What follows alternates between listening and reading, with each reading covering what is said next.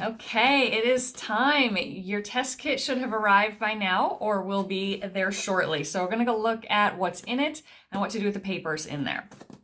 So first of all, you'll have your box and you can write your name here on the front of it. Get that all set up. Otherwise, most of the things are in here and pretty simple. So the first thing in here is your requisition form. So this is all filled out and everything. There's nothing that you need to do with this.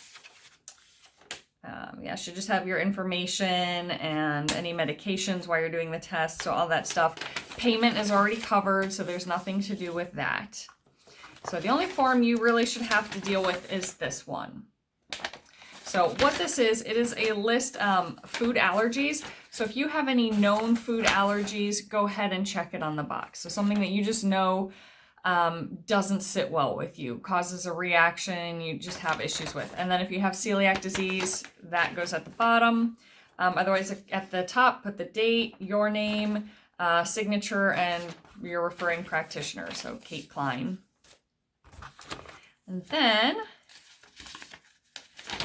this is for the lab. Just the way that the test tubes are going to get filled.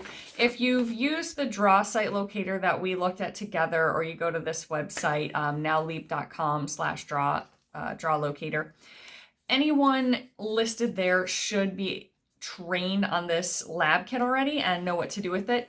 But just in case, sometimes there are locations of clients where there's no trained draw site near you, but that doesn't mean another phlebotomist or clinic can't do it. So you want this in there so that if you do have someone else, they know what to do with it. Then you have the test tubes. I'm not gonna open, well, I'll open it to show you, but you can leave this closed. Don't even worry about it for now, but it's gonna have the test tubes in it. Now they're, due to COVID and supply chain issues, they technically only need 2 test tubes for this. I believe some of the paperwork used to say 4 test tubes. My kit is only arriving with 3. So if there's a little discrepancy, let me know, but also don't worry about it too much. They technically only need 2 for the MRT test we are doing. And if you see a little discrepancy, that's why. They have been trying to hold back what supplies they can and not do extras. That was usually the reason they did extra, just in case something went wrong, and to try to help expedite all these processes. They're sometimes holding that back. So just be aware of that if you run into that. And then the last thing is the FedEx envelope that you're going to use to ship it back. So very simple. Essentially, the only thing you need to do is fill out this food allergy form, and then contact your draw site. And I do encourage, again, ever since the shutdown, I always encourage people just to double check. Once you go to the site and you pick a draw site, I still encourage you to call and just verify the hours. There's been so much fluctuation over the past 18 months that some places now only have their phlebotomist on like Thursdays, or their hours have actually shifted from what is on their website. So hopefully people are getting more and more caught up to date with that.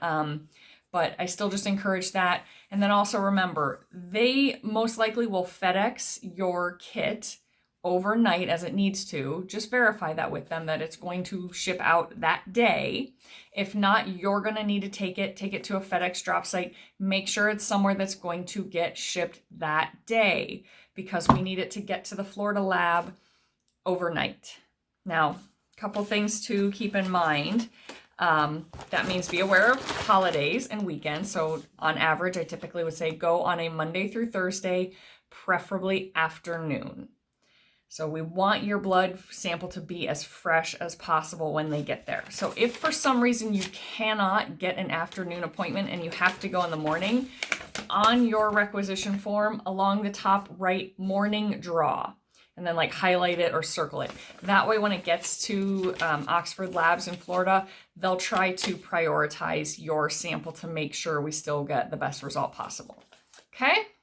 Sound good? Pretty simple. So again, fill out the one form, take it to the draw site you pick, make sure they are going to FedEx it that day, and that's it. You're just going to pay the $20 to $45 draw fee that the lab has, whatever that charge is, And otherwise, you're good to go. And then usually you should get your booklet with results within a week or two. And we'll keep in touch. So looking forward to seeing how this goes. Let me know if you have any questions. Take care.